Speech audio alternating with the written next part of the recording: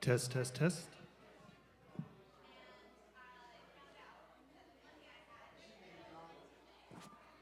Good morning, Morning Star. If you could, please make your way into the sanctuary as we will be getting started with parables. If somebody knows a Cris Fernandez, that would be a fantastic thing to have.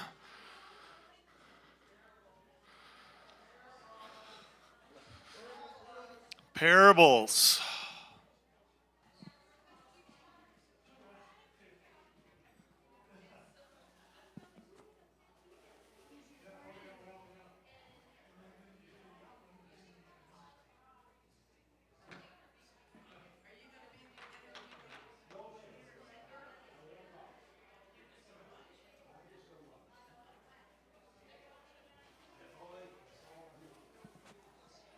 Ladies and gentlemen, in the gathering space, if you can hear my voice, please come and gather for parables. Cris Fernandez, please come now.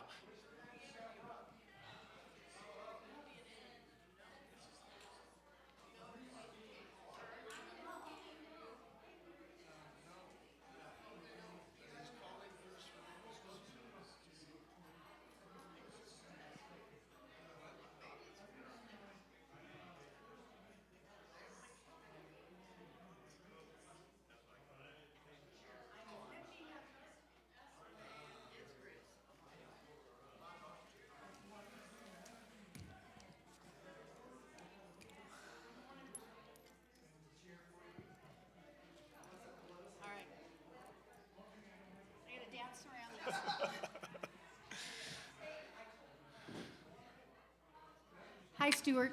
Hi, Chris. How are you? Great. That's good. We're gonna How go. are you? I am well. I'm a little tired. I'm a little caught up in the chaos of Sunday, but I'm remembering what the good prophet Bruce Springsteen said at a South by Southwest conference several years ago, and that is, he got up and he's talking to all these wannabe musicians, wanting to be as good of a prophet as Bruce is, as big of a prophet as Bruce is, and he was like, it's just rock and roll. Have fun. I know, that's... And so I'm remembering... I was trying to think of a lyric from one of his songs, and nothing was coming to mind. And so I'm remembering all that to say that it's just church. It's just church. It's Have fun. Fantastic. Good. So I spoke to you on Monday. I was in Phoenix, and I was desperate, and you honored my request of coming and being a part of this, and I promised you that it would be fun, and we would laugh a lot, and we've already laughed already, and so... Actually, there was a barter going on here. He asked me if I would do parables, and I said, can I do something in the narthex, or foyer, about our new grief program? And that's how this happened. Well, so before we get to the new grief support group, right. Walking in Grief, tell us a little bit about yourself. I mean, you and I have known each other since Seth was little. A baby. Yeah. Baby. As you were assistant director or director in charge of children's ministries at St. Paul's. At St. Paul's, and so we would see each other pretty regularly throughout the week as I would go and drop Seth off and pick Seth up and whatnot, and you would see him grow throughout the day. Tell us a little bit about yourself. Well, I'm originally from Las Cruces, New Mexico. I was born and raised here, left as fast as I could after high school. I think a lot of people have done that, right? Okay, well, so back in the day, there was only 2 high schools. So were you Mayfield or? I was Las Cruces. Oh, Las Cruces High. Woo-hoo, Bulldogs, and it was before they were the Bulldogs. They were just Bulldogs. D-O-G-S is how you spell Bulldogs. Anyway, and so the year that I graduated from Las Cruces High was the first year that an entire class had gone through Mayfield. Oh. So with the people that were freshmen, because they started out with just pulling Right, right, upperclassmen, right, yeah, to grow right. it. Yeah, but so that was So the first year. full class Exactly. that had gone through the first full 4 years of Mayfield. right. Got it. Got it. So, went away to school, Where'd you go to school? UCLA and USC. I was a law librarian for a long time. Lived in Cleveland and Austin, Texas, and traveled in Europe for about a year and ended up back in Los Angeles as a law librarian. Law librarian. So at that time I thought I might go into law, and then after being a law librarian for a few years, I thought this stuff is really boring.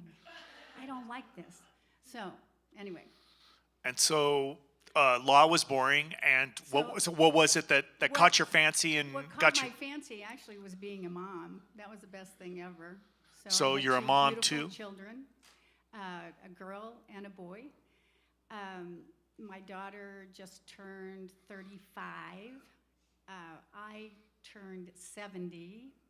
I hate to even say that out loud, but it's true. And it was in Santiago, Spain, where I did El Camino, which is a pilgrimage. And that is the most stunning thing that I've ever done, and I've done some really cool things. But so almost 500 miles of walking and biking. I went by myself, and the last year and a half, I've had hip problems. You know, I have uneven hips, and that makes you nutty, and nothing works right. So it was really a step in faith to try and do this. I went by myself and started walking. I told God that I was going to thank him for every single step, whether it was one step or 1,000 steps, and that every person that walked by me, I was going to pray for, and every person that I passed, I was going to pray for. It was life-changing. I came back with a renewed spirit. I was feeling pretty dry. In fact, I told Pastor Gorton one day when we were at ukulele practice, I said, "Gorton, would you please pray for me? I'm in the desert right now." And he said, yeah, he just said more ways than one. He said, "I've been there, I'll pray for you." So I believe in the prayers of the people.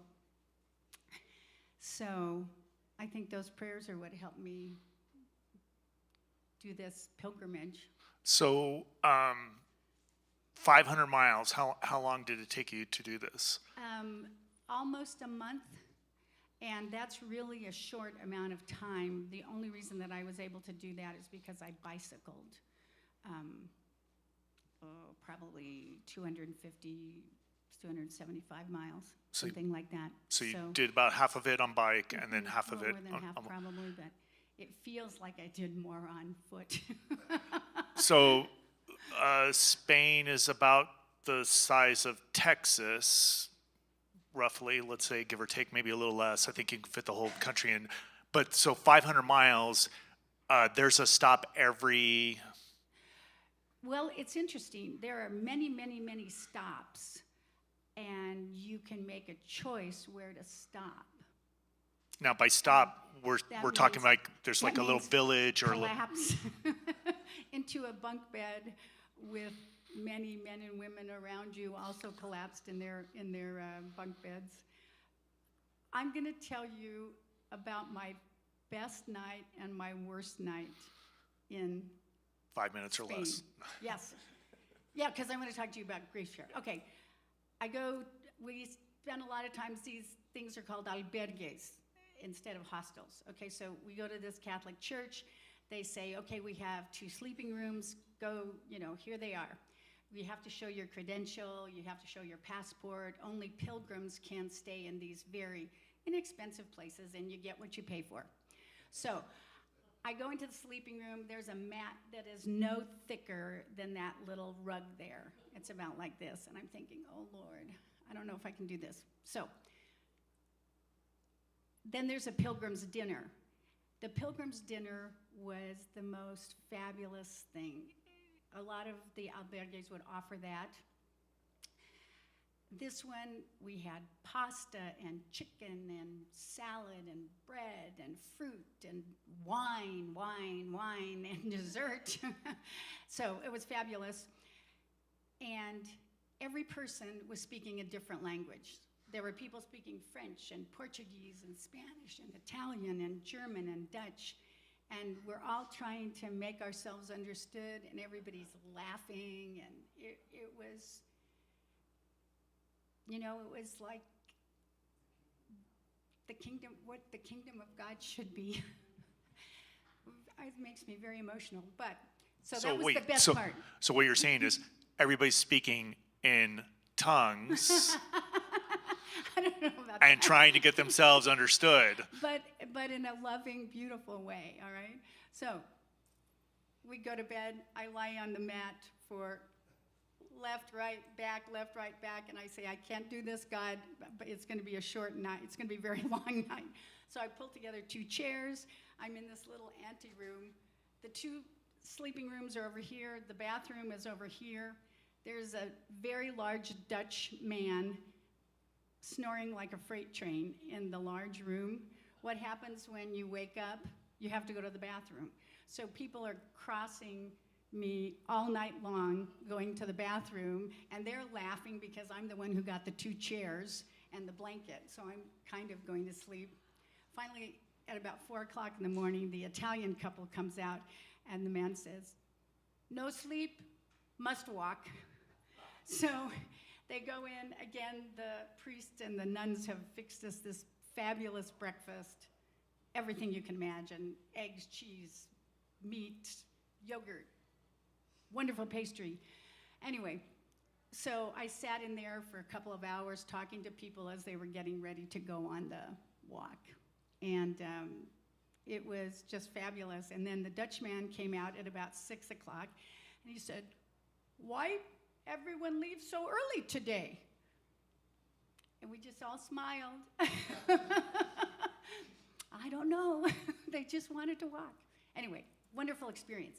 What I really want, that was the worst night and the best night. Yes, then the same night.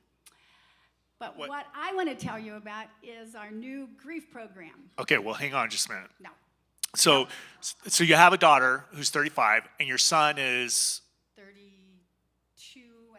32 and a half, and your daughter, if I remember correctly, is an art historian living in Paris. That's where she was finishing her doctorate. Oh, okay. She graduated and is in Washington, D.C., and she's doing writing for different art magazines and stuff like that. Got it. So, and what does your son do? and my son is a, what do I want to call it? Free spirit. One thing and another, beautiful man, loves to play music, the best musician of the family, really. And you're a musician yourself. I am. You play the ukulele is my newest love. Okay, and the piano. The piano. And you have violin. students. Yes, I have a studio, and I also teach for Mission Lutheran, but I privately teach violin, viola, cello, guitar. Did I say piano? Ukulele. I said piano. Ukulele. I've actually had one ukulele student. Although I've taught all the ukulele students at Mission Lutheran. Oh. So I have 35 budding little ukulele players, and it's thanks to the uke Club of Las Cruces, right? Because they lent us these cute little Waterman ukuleles that shine in the dark. Oh, they glow in So the dark. all the kids, yes. So the kids go, Miss Cris, can we go into the closet? Most teachers would say no, but I say, yeah, go into the closet for a few seconds. So they love to go see their Ukuleles glow. Glow. Yes. Well, if it gets a love of music, then That's right. it's complete. That's right. So, Can we talk about grief we're now? getting there. We're getting there. How did we get there? Like, how did you get there? So, just to clarify, we up until today used to do a thing here for a long time called Grief Share. It's a program. You purchase it. It's a video. There's books. You do all this kind of stuff, and it's something that we've done here for a long time. And gosh, a little bit before pandemic, and then through the pandemic, and still to this day, you have been facilitating and leading Grief Share for us. But today we're going to start a new thing called Walking Through Grief. Mm-hmm. So, but how did you get to this place where all of us are going to get in walking through grief, but also like sharing our grief, not only with each other, but more importantly, with ourselves? Right. But in January, it will be 5 years that my husband died very unexpectedly when he was off hunting, duck hunting. No one ever knew that there was anything wrong with his heart, and he had a massive heart attack and died. And I was really in shock, and I had a ice skating accident just a month before.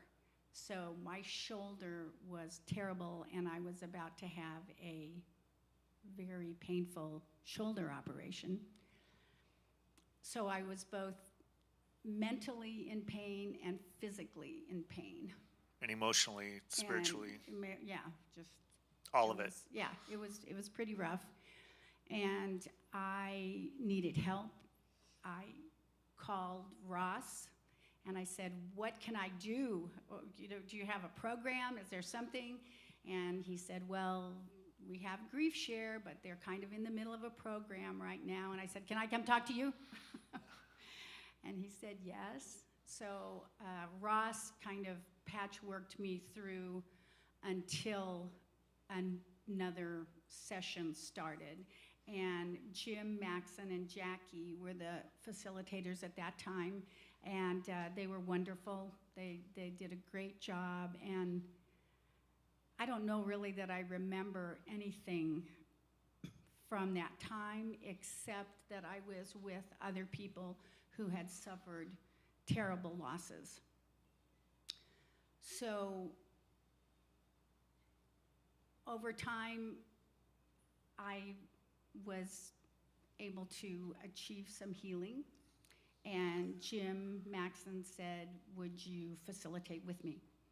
So he and I facilitated a few sessions, I don't know, 2 or 3 sessions, and then another person, and then Dan Zemek and I, Jim put the finger on him and said they're friends and fellow Christians, and he said, "Well, why don't you do that?" So Dan and I have been doing this for a couple of years now, and we felt Grief Share is a wonderful, wonderful program, and it's helped many, many people. However, it does have a certain bent, a very, very strong Christian perspective, which for people who are not Christians can sometimes be a little overbearing or hard because they are not responding to the Christian metaphor. So the theology of Grief Share can be a little strict and a little... Yes, it's not inclusive. It's in a lane, Mm-hmm. it stays in that lane. Right, and again, it has been wonderful, but over time, there are different issues like suicide, whether or not your loved one is going to heaven, some very, very tough questions for people. So Dan and I started looking for another program that was a little more for every man. And we do it, we start every session, we end every session in prayer. We make sure that people, and there is a spiritual component to it, but it is not the only component. So you invite our Creator, our Redeemer, and our Sustainer into the space. Yes. And people can accept that as they will, or they Yes. won't. But invited nonetheless. And then Right. you and Dan, it's kind of an amazing journey because, I mean, for some people, 5 years is not enough time to have processed grief. That's right. And so it's amazing that here you are this time later, and you're walking through grief with all these other people, and have been since you've become a facilitator, and then now become leading this project, and then co-leading with Dan, and I don't know if you guys knew this, that through this process and seeing, I don't know if graduate is the right phrase, but as she graduates people on into the rest of the journey of their lives, she's noticed that they need space to come back.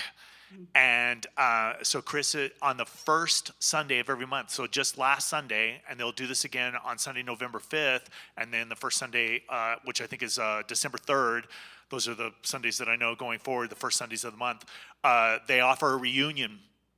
So wherever you are in your grief process, and it doesn't even matter if you've been through, I guess, a grief class or whatever, you can come to this reunion to kind of get a flavor of what this is like. And so they continue to keep tabs on each other and walk through this. Right. Very. I mean, it's heart-rendering experience. Right. I mean, we can go through heart-rendering experiences of joy. We can go through heart-rendering experiences of love. We can go through heart-rendering experiences of all kinds of things. But I mean, grief is as gut-wrenching as it can be sometimes. It's also an amazing journey unto itself, Yes. if experienced fully. Right. And that's the struggle. Everybody's walk is very, very different, and we just have to be respectful of that. And there are no panaceas. And I will just say, things not to say to people are, God needed another angel in heaven. Please don't. That doesn't sit well. That really hurts people. Let's see. After a month, aren't you over this yet? Are you starting to? You need to start to go out. What you should do is, you need to sell your house now. And my advice there, when anybody gives you advice, just say, "I'll think about that," and that really catches them off guard, because they have to stop talking because you're going to think about it, and yet you haven't said, "Yeah, I think that's a really great idea. I'm going to do that." So anyway, you and Dan are doing research. You're looking. You're online. You're talking to people. You're reaching out to friends here, there, and everywhere. How did you guys find walking through grief and decide to put your thumb on the scales in this direction? Dan was really the one who, we were both looking around, but he was the one who came up with, let's take a look at walking through grief. He is in the foyer right now, and we have the first video of walking through grief on, if anybody's interested. And if anybody's interested in coming and seeing that this evening at 4, I think the time on here on the slide was not quite right. We can fix that. 4 to 5:30. We can fix that. Okay, it's all okay. Anyway, on our reunion Sundays, we meet for about half an hour, 40 minutes, and then we go and have a meal. And just being in the company of people who have experienced what you have experienced is just very healing, and it's relaxing. It's a time when you can let your guard down. So anybody who has experienced a loss. The other thing about Grief Share, the comparison, is that Grief Share is really specifically about the death of a loved one. And walking through grief acknowledges that there is grief, very painful grief in a divorce, in losing a job, in retiring, So it's losing a relationship. so walking there's through grief is more, all-encompassing. it's pretty all-encompassing, yes. So it's Yes. not just the loss of a loved one or, friend, family, whatever. It's No, it's other losses. it's other 'Cause we losses. experience many, many other losses. But that, of course, as one of the experts and psychologists says, that's the biggie. The biggie is losing someone. Yes, I think I agree with you. It can be the most acute, but at the same time, others that pop up out of nowhere, can be just as acute. And they're surprising, and people don't expect them to be so painful. what is it that they say the most stressful things you can go through is getting Marriage. married, moving, and changing the job. Right. And Right. then, of course, the loss of a loved one. So, So, losing a pet. yeah. Very, Well, loss of a loved one, yes, most definitely. So, this could go on forever, but does anybody have any questions? Anything you guys want to know more of? Do you want to? Yes, Laura Talley.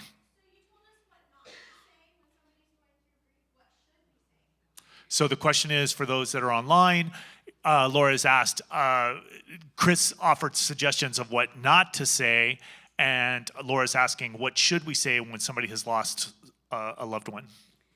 something that you could say is, would you like me to just sit with you for a little while? I am so sorry. Nothing. Just be there and listen to them with no judgment. Thank you for asking, because it's true. I was in a group of people at an event after Dennis had died, and this woman who I hadn't seen for some time, but who was in a dinner group with me, and we knew each other very, very well. And she walked up and she said, "Cris, hi, how are you?" And I said, "Well, Dennis died." And she went, "Huh." And she literally ran away. She ran away. She didn't know what to say, and I was like, okay. So don't run away. You can just maybe reach out and hold their hand for a minute and say, "I'm so sorry." And one of the books that one of the psychologists has written in this Walking Through Grief is called, "Why Are the Casseroles Always Tuna?" Really good sense of humor. But everybody goes home after the funeral, and people still need those phone calls and those cards, and let's go to a movie. Let's just go for a walk. I think the struggle is it's hard to just be, to just be with somebody. I think my struggle, it'll be 5 years February that my dad has passed away, and I think I'm coming up on 7 or 8 years that my sister has passed away. I think the struggle for me was the cards. They were awful. Yeah, a lot of them are awful.